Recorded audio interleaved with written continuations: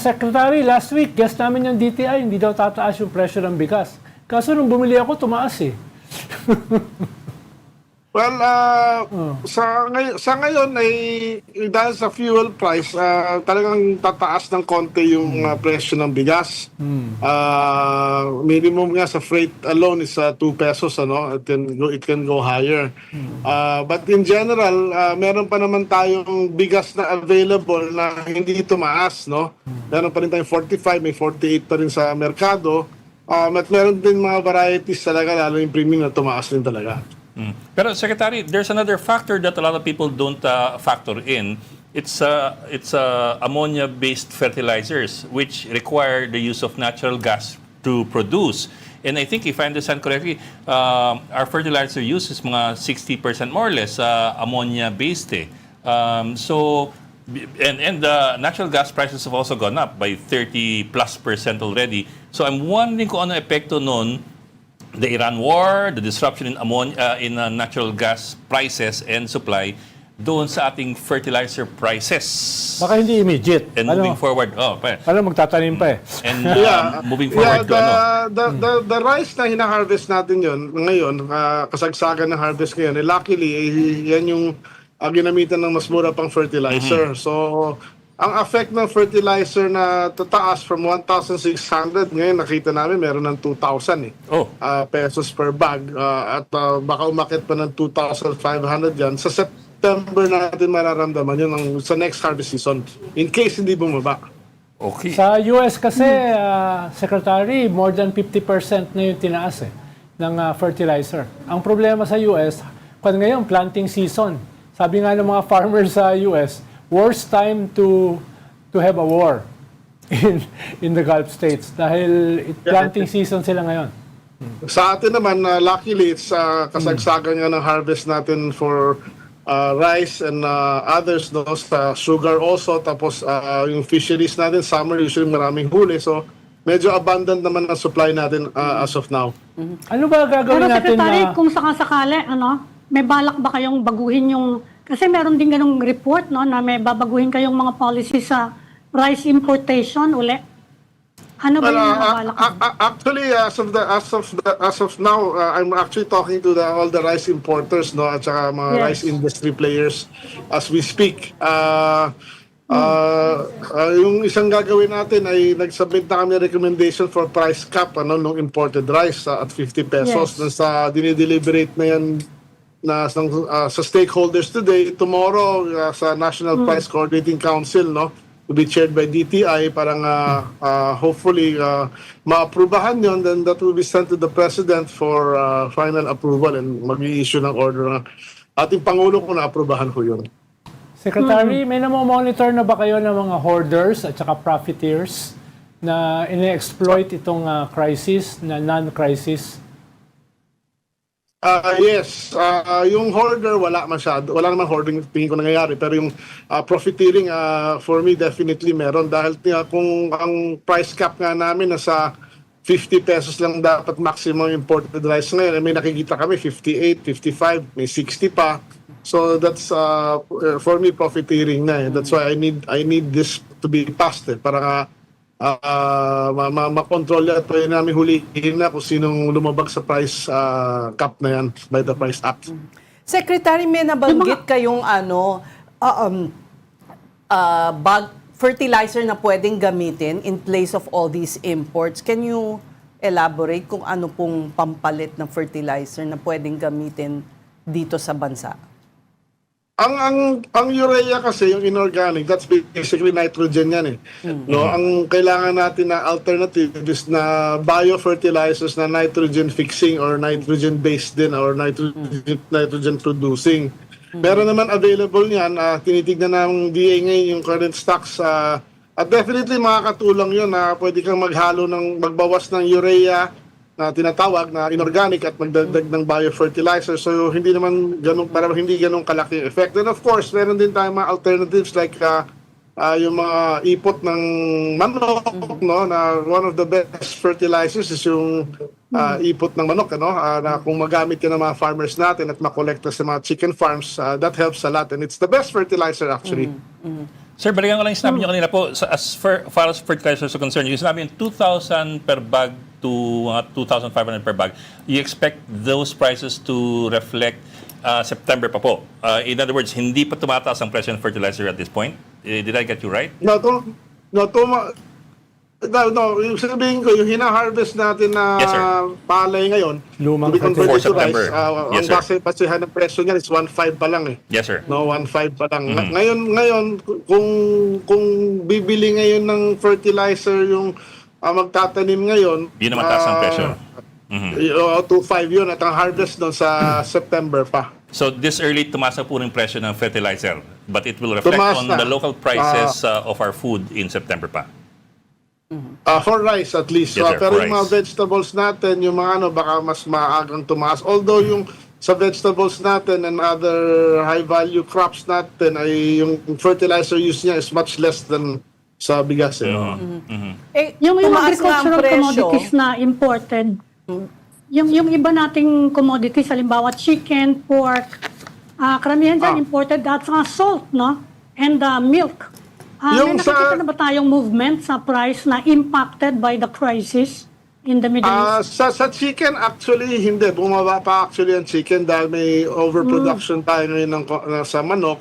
Sa baboy naman, tumataas ng konti but maraming stock ng imported pork ngayon sa mga cold storages sa Pilipinas.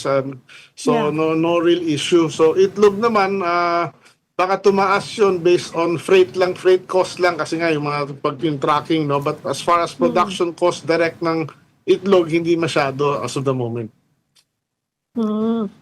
Sabi yung mga, niyo, yung mga patatas, yung gatas, yung asin, puro imported dyan eh. Yung asin natin naman ngayon, mukhang stable naman ang presyo at may local industry natin na dinidevelop nga tungkol dyan. So far, so good naman yung asin, no? Asukal nga, mababa pa rin. Marami 6 months ang supply natin ng refined sugar and 4 months ang raw sugar. So we have enough. And corn, marami-rami rin tayong corn so far. So okay naman tayo. The challenge will be towards the September onwards actually. so we're good until September, you're saying, Secretary?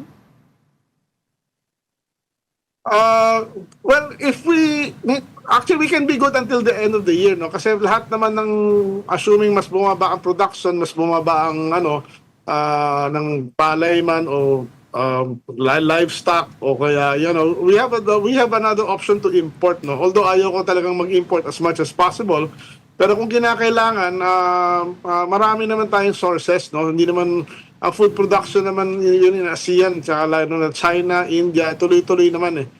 So there are alternative sources na we can source food from to be imported kung kailangan mag-augment. So supply is not really an issue until the end of the year. It's a matter of price lang eh. Secretary, ilang percent ba ng ingredients para sa fertilizer natin ang galing sa Middle East? Halimbawa, yung ating crude oil kasi 98% galing sa Middle East eh. 2% lang ang galing dito sa ASEAN. Yung urea is 30% ang galing sa Middle East, no? Tapos yung ammonia at saka phosphate is 20%. So, kung tumaas kanyo, Secretary, ang presyo, yung supply ang pwedeng maging problema. Sa fertilizer. Well, hindi depende kasi depende lahat 'yan sa presyo ng kasi assuming palay, no. Kung ang palay ay mabibili naman ng mataas or na hindi malulugi ang farmer, then even with high fertilizer prices, then they can afford tuloy-tuloy naman yung pasok ng fertilizer eh. Hindi naman So it's just the price. there's no supply shortage. It's just the price. Price lang ang problema. Yes. Na-confirm ko na kanina, may mga bagong papasok na fertilizer, mas mahal lang ng konti. Meron na naman booking na naman in the next 2 months na darating na marami, pero ayun, landed cost daw, mga 2,500 na yun. So baka 2,700 ang benta nun. But of course, but then, as I said, may mga biofertilizer tayo. Tapos meron din tayong makukuha ngayon ng source ng yung chicken manure, no? Na let's say from Japan, from other countries na baka yun ang pwedeng i-import natin na hindi siya petroleum-based. Secretary, may contingency plans ba kayo kung halimbawa yung sinasabi ng gobyerno na 30 to 60 day na fuel reserve ay madideplete kung magpapatuloy itong gera? Ay may contingency plans ba kayo on how to deliver products from the farm to the market or to the groceries? Definitely, no, kung sakaling magkaroon ng shortage man talaga ng fuel, I think the priority natin is pagkain, no? So hindi naman totally mauubusan ng fuel, baka lang magka-shortage if ever. I think ang direction natin is ipa-priority talaga yung logistics ng pagkain, no, among others. Kayo po ba, Secretary, may mga Secretary? farmers tayo na direct hit. Yung banana producers natin, one of their biggest markets is Iran. At marami ng, ang dami-dami na sa kanilang hindi ngayon makapagbenta. I know it's more of a trade problem, pero humihingi ba sila ng tulong sa inyo, yung mga banana growers natin?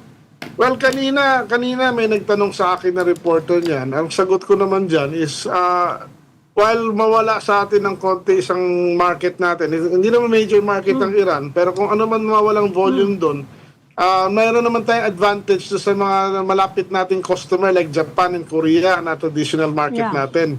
Kasi yung ibang supply source naman nila galing naman sa Mexico, sa Ecuador, na mas mahal na yun yung freight. So baka ma-shift lang yung supply na to other countries na malapit sa atin na naging uncompetitive naman yung mga ibang supplier nila na malalayo.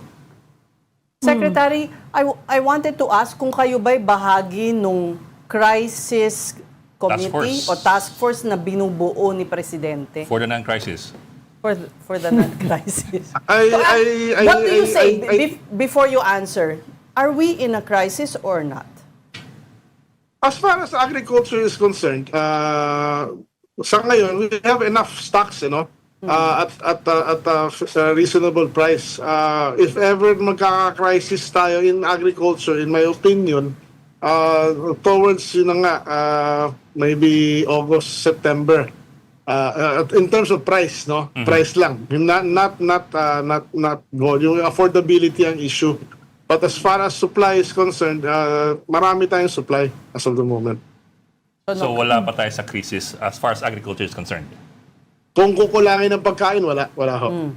Tapos bahagi po kayo ng crisis task force committee.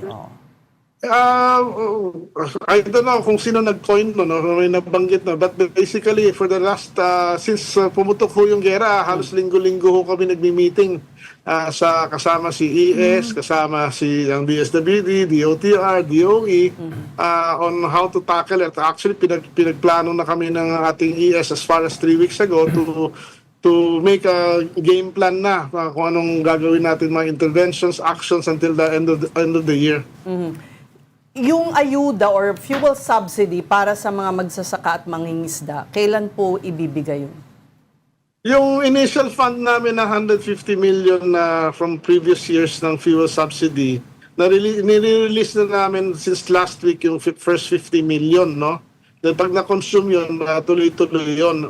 But it will only cover up to mga 40,000 beneficiaries because that's the money we have. But meron kaming 10 billion na presidential assistance for farmers and fisher folks na 10 billion na i-release namin on the week of April 6 at kasi yung DBM is giving us the SARO o yung pera by April 1 or 2. Yung pag-distribute nun, paano kayo ba ang namamahala or in tandem with the LGUs?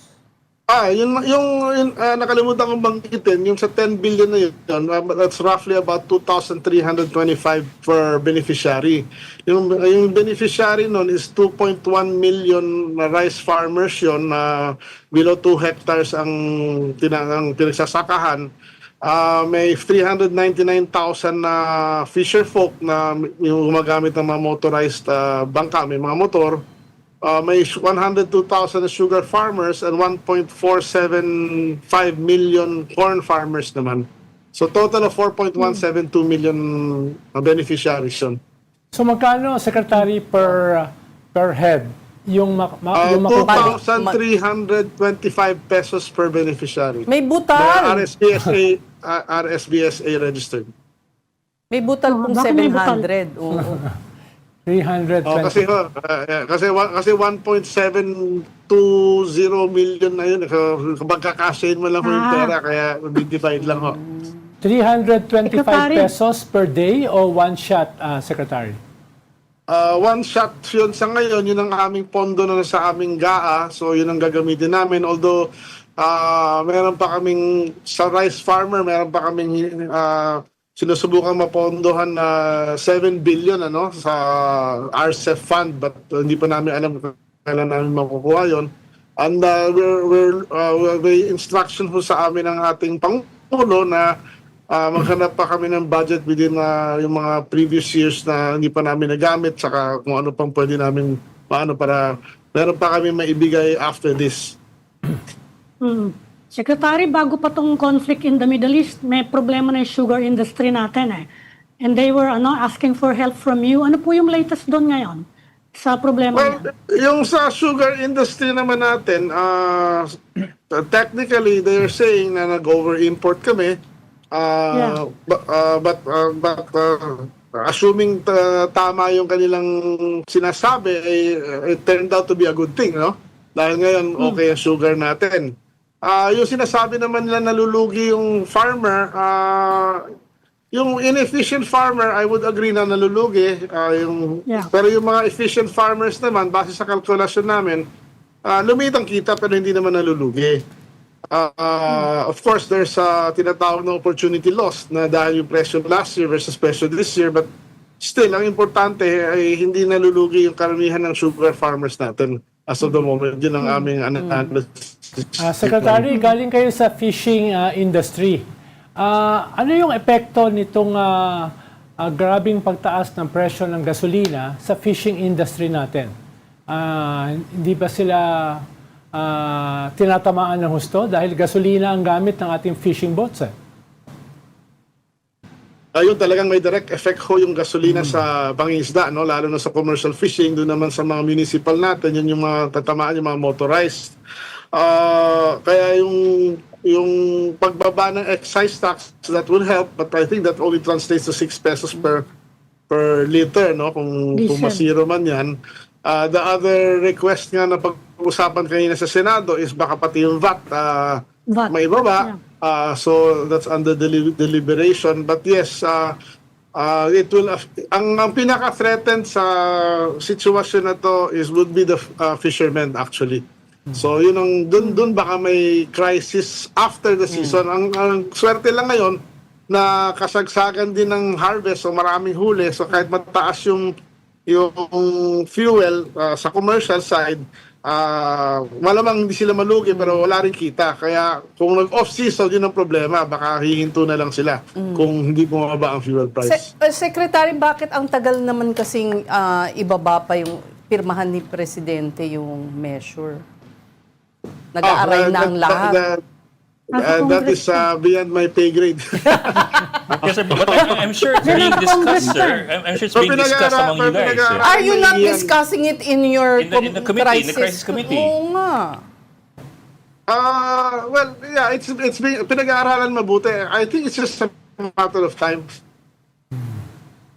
So you think it's going to be an eventuality? I mean, it's going to be signed sooner or later. Is that what you mean? Well, if things go a little bit longer, I think so, yeah. But I wouldn't put, I wouldn't, siyempre, Ayaw yung pangunahan si Presidente. We understand, sir. Kasi on the other hand, sir, you were Sinabi ng also saying... Malacanang Sige, Ami, go ahead. Ano? gusto daw pirmahan ni President Marcos and he wants it to be effective immediate or as soon as possible. Yun ang sabi ng Malacanang. Oo nga, Yung pero excise tax yun, if you were in a crisis Yeah. mode, Non-crisis hindi ba nga eh. hindi na nga midilisan na nga ng Kongreso tapos But if he wants to sign it as soon as ano bang araw possible, ngayon? if he wants to sign it as soon as possible, then what's stopping him from signing it?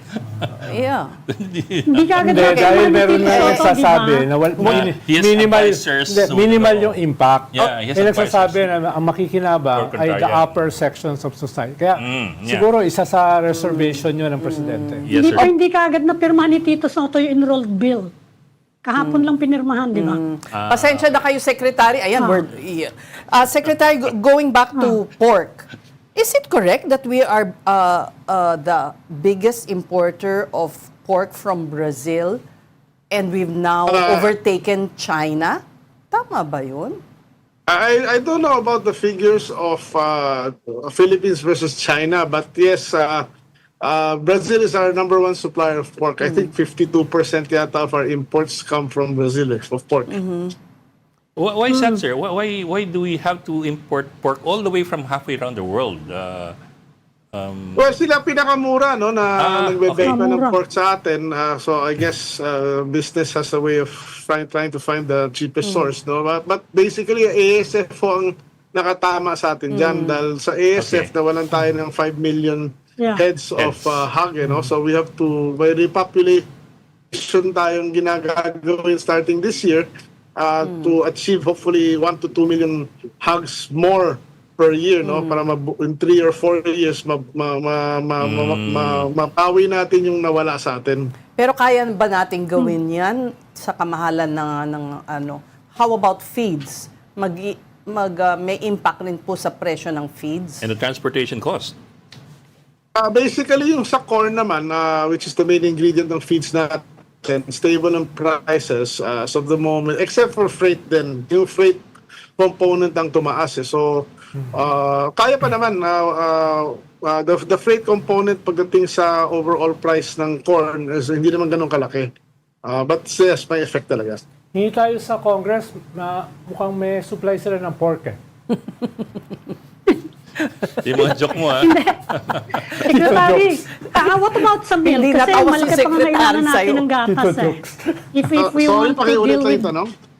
yung sa dairy, bakit napakalaki ng, hindi ba natin pwede expand yung dairy production natin? Kasi isang pinakamalaking pangangailangan to address childhood stunting is milk eh.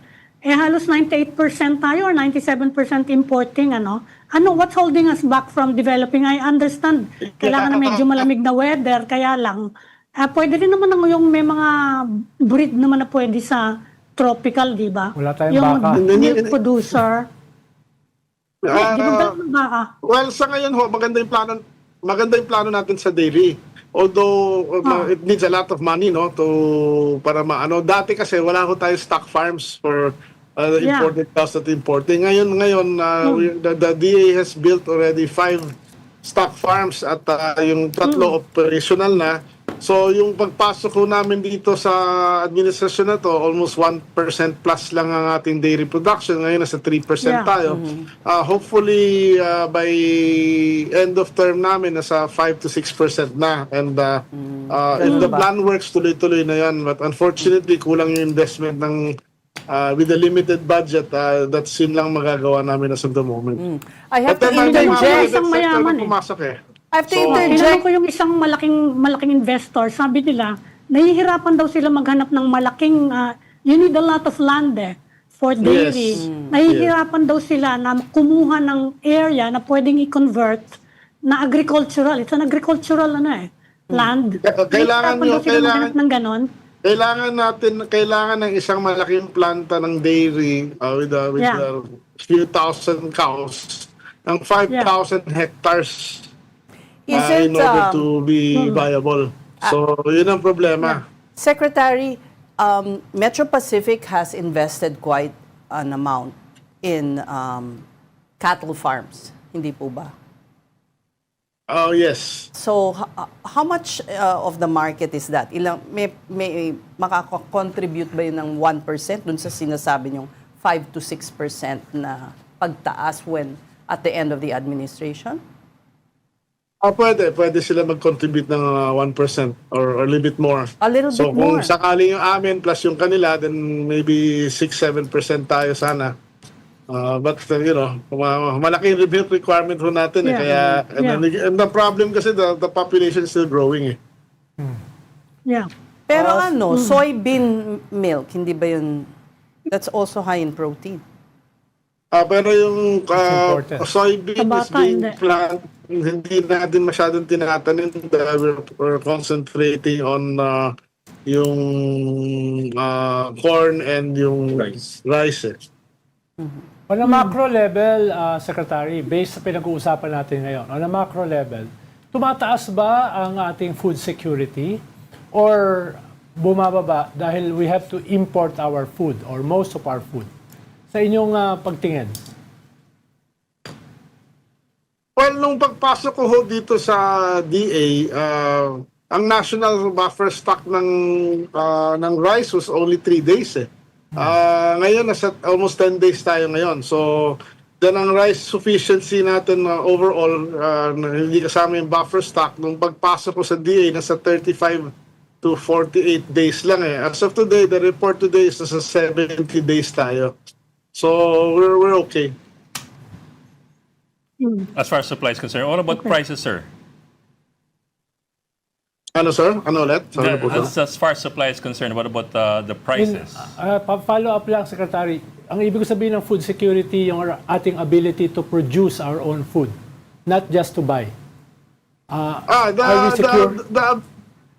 The ability to produce our own food is malaki actually. We can be self-sufficient. Kailangan ko lang talaga irrigation eh.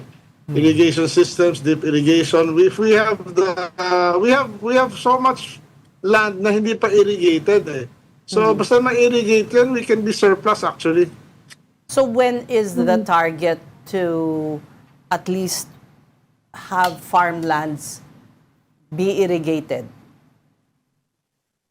Well, before the PBB administration, ang linalagay lang sa NIA noon is about 20 billion a year. Nung pagpasok ko, naging 70 plus billion yun. Meron pang 90 billion another year. So, the government is really spending on irrigation and hopefully nga, yung dating pagpasok ko, deficit yata is 1.2 million hectares. Ngayon, nasa mga 1 million hectares pa yata ang deficit. So, it's moving along naman. But it just needs more funds talaga na kung binigay nga sa amin yung flood control na 250 billion na yan in 5 years, tapos yan. Wala ho bang sa NIA, wala namang nakikita yung pera na pupunta talaga sa irigasyon? Kasi yung NIA noon, nagkaroon din ng... May mga ghost projects dati, sir. At least, I remember dati may mga complaints na nakailang beses na pondohan ng isang irrigation project na hindi pala gumagalaw. So, we're wondering how that is now. The last 2 years na nandito ako, although NIA is not under me anymore, nasa OP siya, marami hong nakabit na mga solar irrigation ang NIA, which helps a lot. So, I can see naman na tuloy-tuloy naman yung improvement, especially now na ang head nila is also an engineer, si Ed Gillian. I think is doing a good job naman. And maganda koordinasyon namin, but we just need to invest more in irrigation talaga.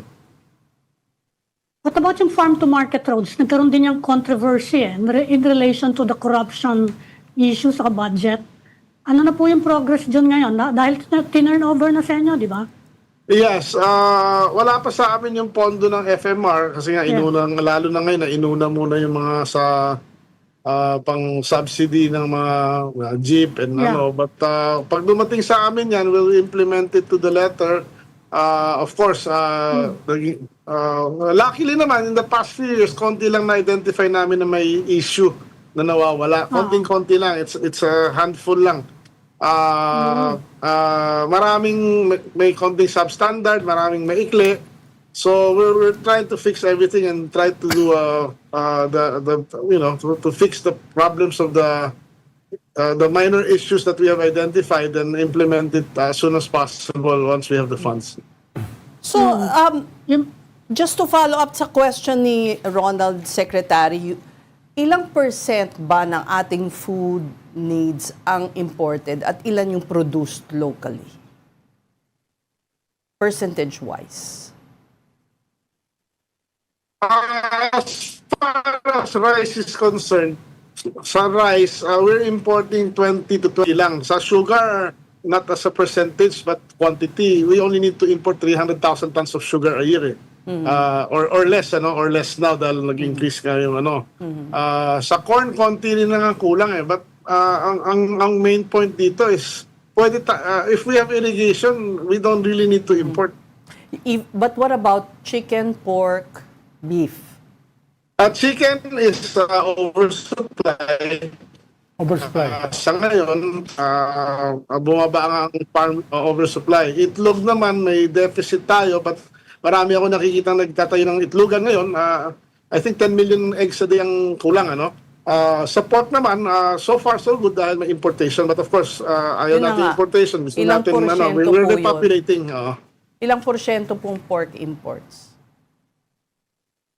I have the figure that I don't know the total consumption. I forgot, but ang total import natin, let's say 2 years ago, was 500,000 tons of pork. Last year, nag 800,000 tons.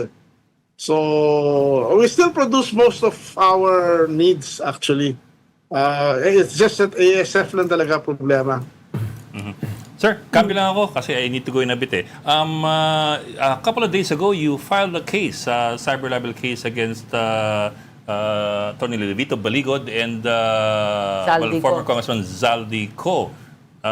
This is with regard to yung allegations that you're involved in agriculture smuggling and yung alleged delivery ng kickbacks through the Maleta system. Any updates there, sir? Dagdag lang doon, Secretary, paano dati ay naglabas din kayo ng expose tungkol labang kay Zaldico, di ba? Yeah. Na meron siyang mga smuggled. Yung fish. Oo, nakuha. Kaya siguro pwede nyo ibigay yung backgrounder na yon. Baka kasi hindi maunawaan ng mga tao Hindi, yun na nga Hindi ko alam bakit nila ako sinasama dun sa kay Baligod, yung sa 18 Marines na yun. Wala naman sila sinabi na yung dinadalhan ako ng maleta o nagbibigay ako ng maleta. Wala namang maleta. Sinasabi lang nila, kumukuha sila ng pera every week sa bahay ko, sa Forbes daw. Pero hindi naman ako nakatira sa Forbes since 2018 So parang I don't know them or I've never given money. Tsaka ba't ako magbibigay ng pera, di ba? Ang importante, mag-ipon ng pera, hindi mamigay ng pera.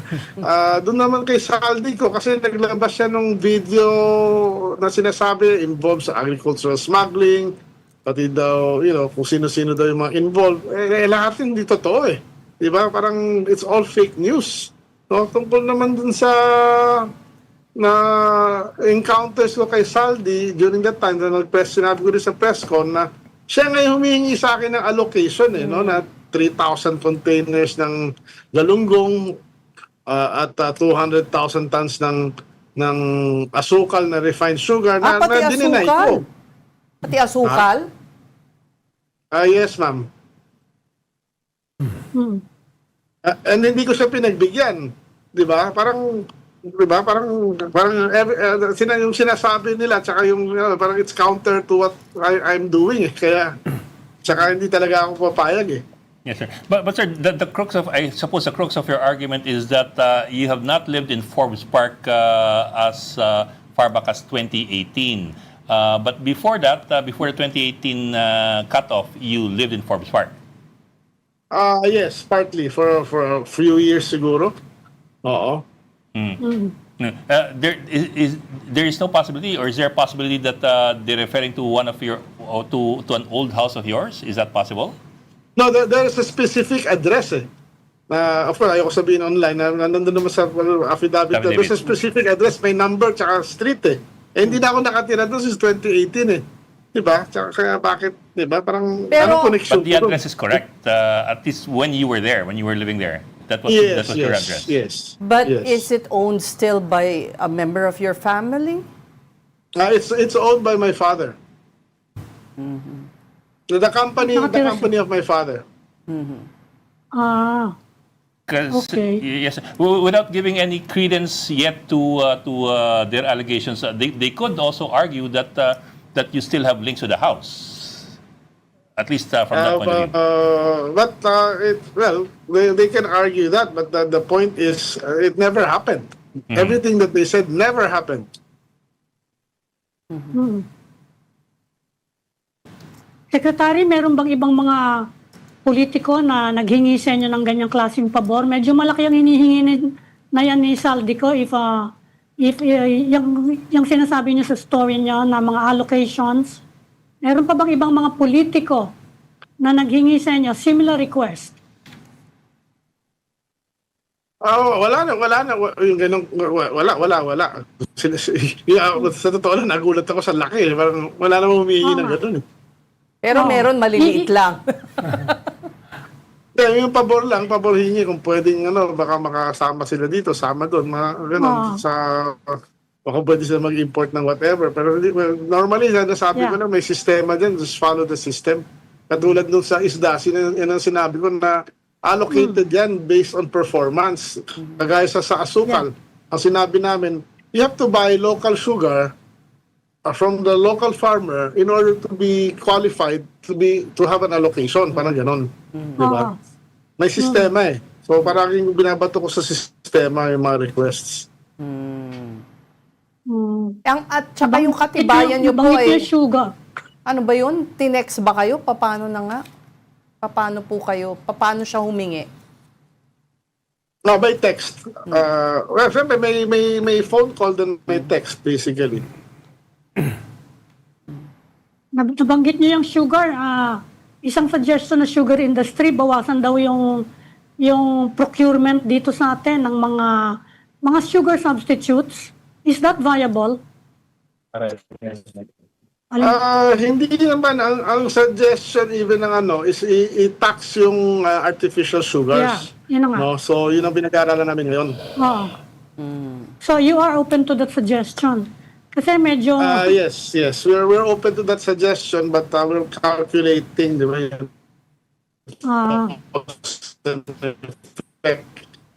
Lalo lang ngayon, ang problema is inflationary yan eh. With this situation, we do anything. Okay. Well, on a personal note, Secretary, kamusta naman ang health nyo? Dahil last year kasi nag-leave kayo, di ba? For health reasons. I had an operation liver rescission. No? They took away 5% of my liver. So, and it came out to be stage 1 cancer nga. Pero clear na ako ngayon. Then I just have to go check up every few months. And so far, so good. I am actually healthier now. So, nagdijeta kayo ngayon. Ganun po ba, Secretary? You're eating less or healthier? No alcohol. Yun ang jeta. No alcohol, no less fat. Less fat. Liver eh. All the good things in life. All the good things in life. Di ba nakaka-stress yung nasa gobyerno? Di ba kailangan bawas-bawasan yung stress? Huwag ka na pumunta sa gobyerno. We have 2 years to go, so we'll just try to do our best to serve the people and react to, especially this situation now. So, hingin lang ako ng cooperasyon sa lahat and a little bit patience, and I'd like to thank yung mga tao na sumusuporta din sa amin at trabaho lang ho at I will